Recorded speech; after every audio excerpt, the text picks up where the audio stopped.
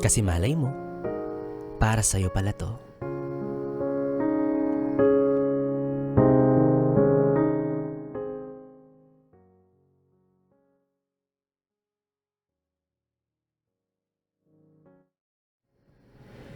Pinagpalit ko ang isang tapat na katulad mo sa pansamantalang karangyaan ng mundo.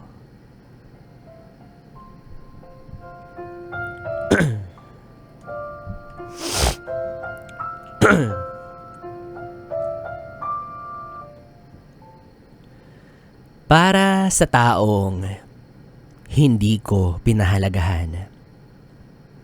Kupeng, naaalala mo pa ba noong una tayong nagkita?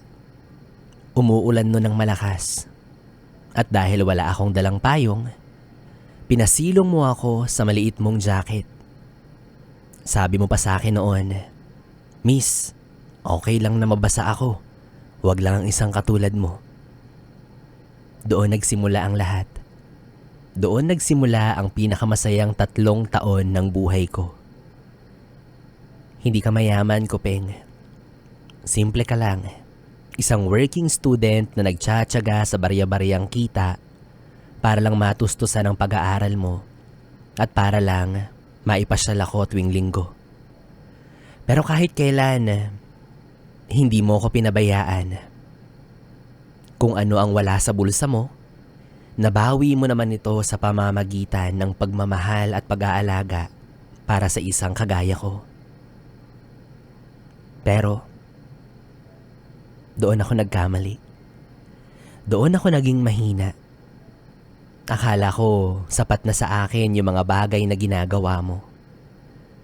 Nung pumasok ako sa unang trabaho ko pagkatapos ng kolehiyo, doon ko nakilala si Jojo. Si Jojo na may kotse, si Jojo na kayang bilhin ang lahat ng marangyang bagay na hindi mo kayang ibigay sa akin, Kupeng. Noong una, akala ko panandali ang tukso lang. Pero unti-unti, nabulag ako sa karangyaan. Nagsimula na akong magsinungaling sa'yo.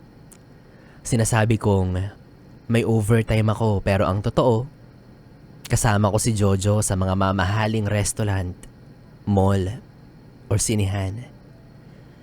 Hanggang sa dumating ang gabing iyon na hindi ko malilimutan. Umuulan din, katulad ng gabing una tayong magkita. Nagulat ako nang makita kita sa labas ng opisina namin.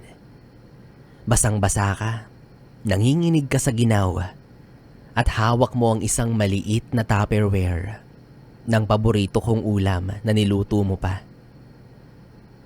Gusto mo pala akong isorpresa. Pero ang masakit, naging kabaliktaran ng sorpresa nang makita mo kong pasakay sa kotse ni Jojo habang pinapayungan. Hindi ka sumigaw. Hindi ka nagwala.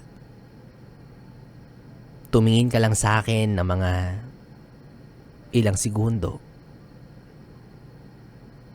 Yung titig na may kasamang luha. Binitawan mo ang Tupperware sa kalsada at dahan-dahan kang tumalikod at naglakad palayo sa ilalim ng malakas ng ulan.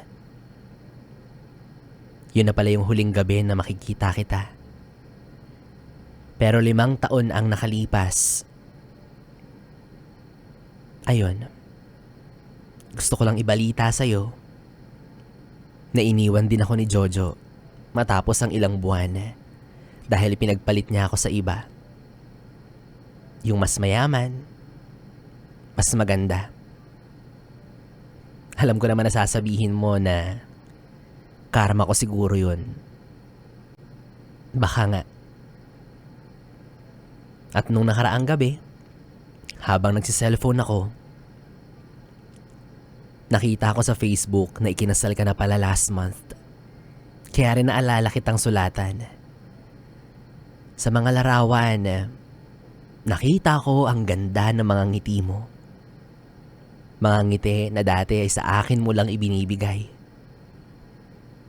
Masakit, nakakalungkot, nakakapanghinayang. Pero wala naman na akong magagawa, di ba? At tanggap ko na deserve mong maging masaya sa piling ng iba. Sa ngayon, gusto ko lang sabihin sa'yo, Kupeng, habang buhay kong dadalhin ang pagsisisi na pinagpalit ko ang isang katulad mo sa pansamantalang karangyaan ng mundo.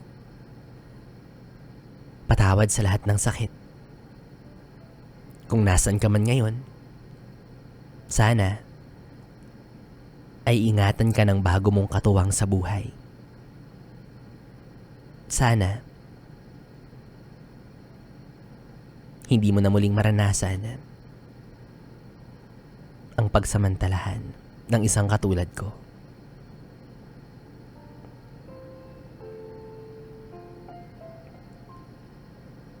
Lubos na nagsisisi, Thea.